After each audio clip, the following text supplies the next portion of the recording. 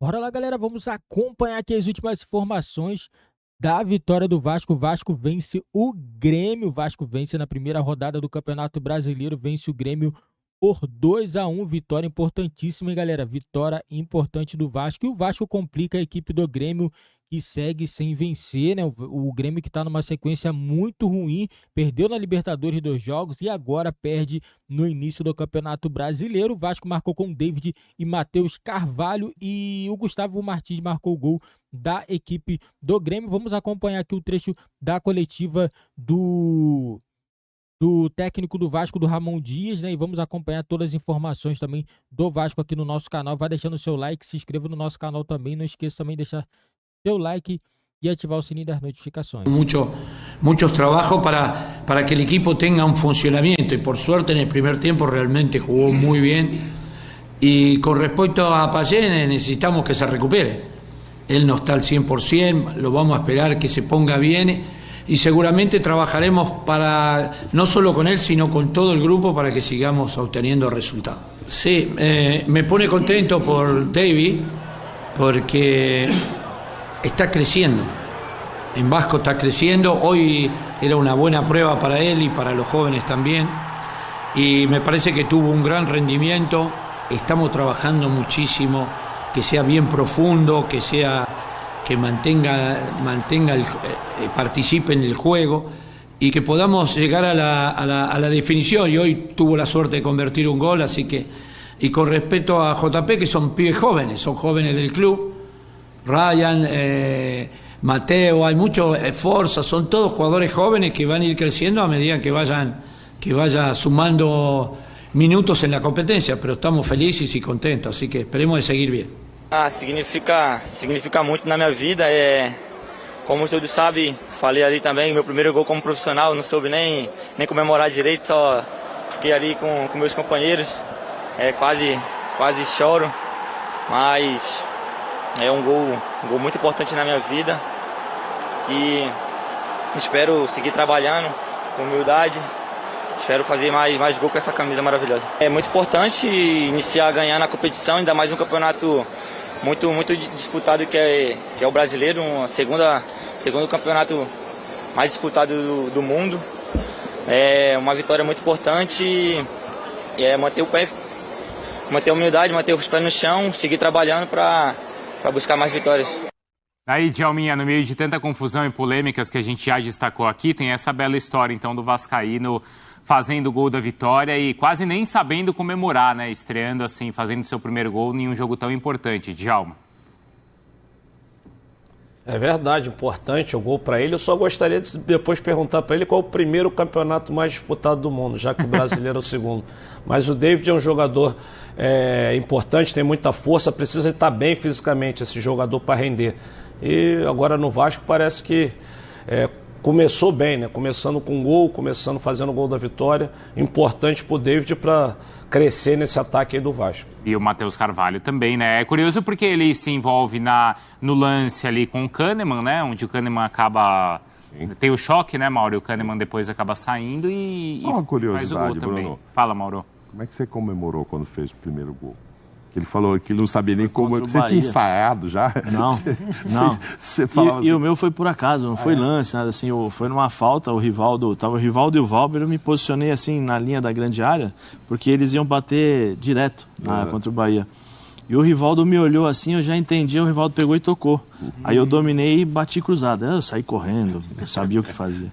Imagina, né? A felicidade de fazer o primeiro gol como profissional, então a gente fica ouvindo.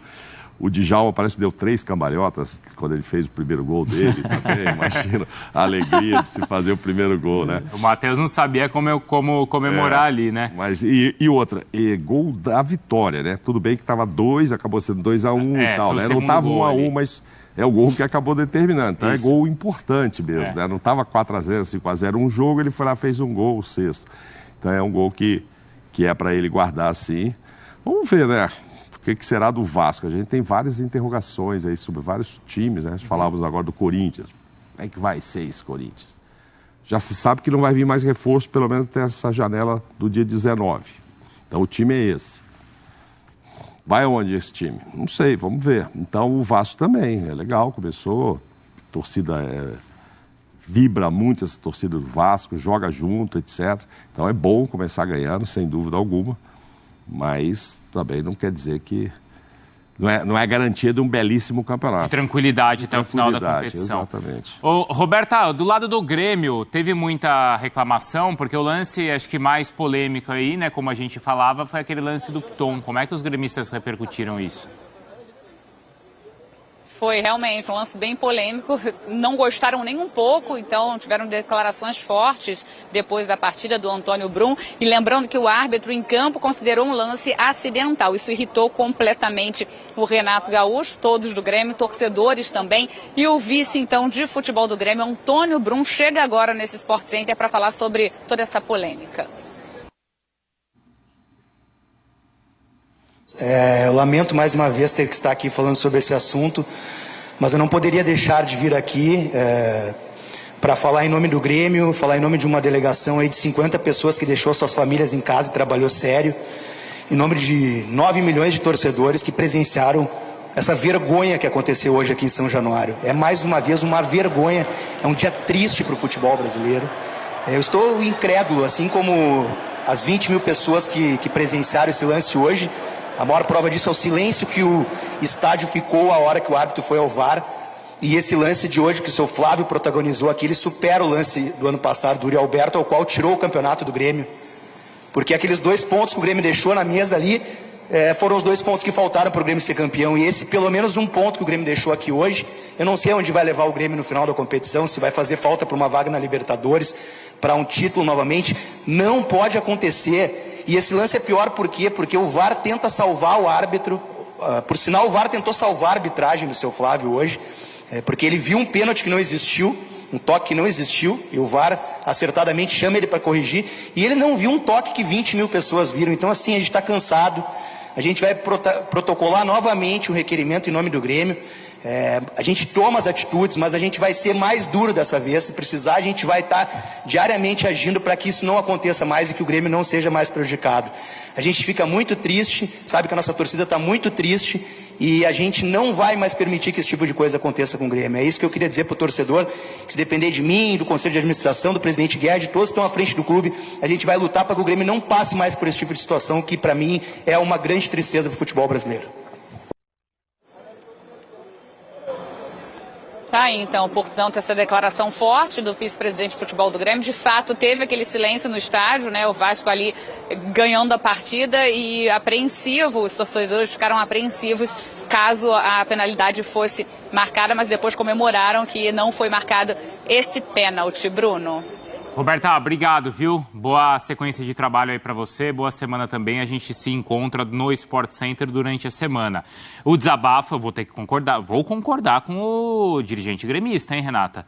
Porque o VAR, ele tenta salvar o árbitro 2 vezes. Primeiro no pênalti do Rossi, que é um absurdo. Primeiro assim, já é um absurdo o jogador se colocar naquela situação, cavar um pênalti daquele jeito, para não dizer ridículo. E aí depois o pênalti que o VAR cumpre, né, o seu papel, mostra para o árbitro que tem ali a mão daquele jeito e o árbitro não volta. Foi o que eu falei para você. Eu acho que foi o jogo assim com o maior número de erros. Porque você tem um pênalti mal marcado no campo, que aí o VAR vai lá e consegue salvar.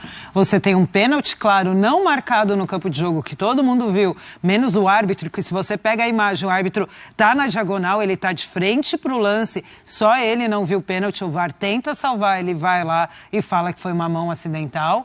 E depois você tem um outro pênalti, que nem o árbitro no campo e nem o VAR decidiram.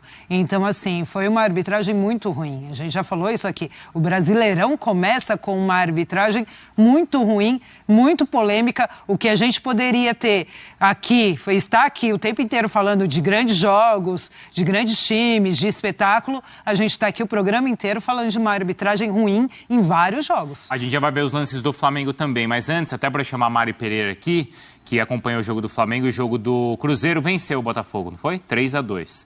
Vamos ouvir o Hulk, porque o Hulk conversou com o Vladimir Bianchini lá na saída da Neoquímica Arena. Vamos lá. Galera, situação complicada, muita polêmica nesse jogo do Vasco e do Grêmio, né? O torcedor bastante irritado com o VAR, né? Na minha opinião também a arbitragem já começou mal. Poxa, mais um campeonato brasileiro que iremos todo jogo ter que falar de arbitragem. Não se fala do jogo, não se fala do espetáculo, que é o futebol. Entendeu? A arbitragem está sendo o palco da primeira rodada do Campeonato Brasileiro. Será que ninguém está vendo isso? É impossível, mesmo com o VAR, tá tendo muitos erros. Entendeu? Erros aí que deveriam ser evitados, mas todo jogo acontece isso, galera. Eu queria que vocês deixassem nos comentários o que vocês acharam dessa derrota do Grêmio. Será que foi justo? Será que o VAR interviu e atrapalhou o jogo do Grêmio? Será que o Grêmio foi prejudicado? O Vasco foi ajudado nesse jogo? Coloca nos comentários a opinião de vocês. O Vasco não tem nada a ver com isso. Os jogadores em campo não tem nada a ver. Fizeram o seu jogo, venceram por 2-1. Né, e conseguiram somar os 3 pontos nesse início de campeonato. Vamos também admitir também, né, o time do Grêmio não tem apresentado bom futebol. Não adianta ficar se reclamando só da arbitragem, que dentro de campo você não consegue desempenhar um bom futebol. Essa é a minha opinião, né, galera? O Grêmio caiu muito de rendimento nesses últimos jogos, venceu, conseguiu o título do Campeonato Mineiro, conseguiu, mas a equipe do Grêmio não está conseguindo desempenhar um bom futebol. Essa é a realidade da equipe do Grêmio hoje. O Grêmio não consegue desempenhar um bom futebol. O Vasco teve um tempo para poder trabalhar. O Ramon trabalhou bastante o Vasco nessas últimas semanas e o Vasco parece que está preparado para essa jornada de 2024. O Ramon está pegando o Vasco no início do Campeonato Brasileiro, então acredito que ele pegando o Vasco nesse início de campeonato, o Vasco tende a não ficar brigando pela parte de baixo da tabela, né? Pelo menos isso que ele prometeu, que o Vasco não iria ficar brigando por zona de rebaixamento. Eu acredito que a briga do Vasco é do meio de tabela para cima,